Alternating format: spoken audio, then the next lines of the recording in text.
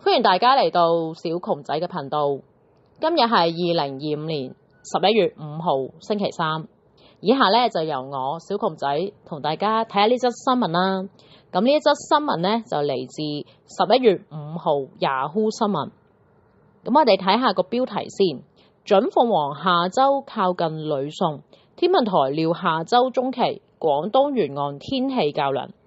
天文台預料位於關島以南嘅低壓區會繼續增強，有機會被命名為鳳凰。下周中期廣東沿岸風勢頗大，天氣呢亦都較涼啦。咁天文台作發表天氣隨筆指，或被命名為鳳凰嘅熱帶氣旋會喺未來數日大致移向呂宋一帶，但高空嘅西風槽同埋東北季候風令佢個路徑呢可能都會有啲變數。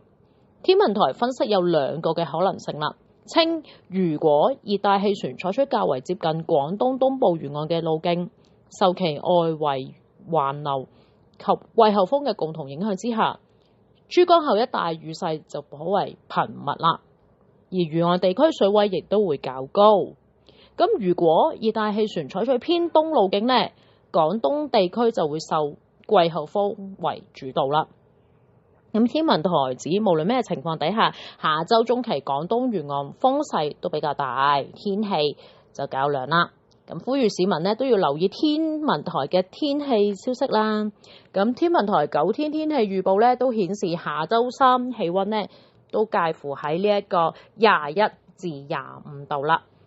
咁咧都希望咧大家咧保重身體啦。咁咧要着多件衫啦。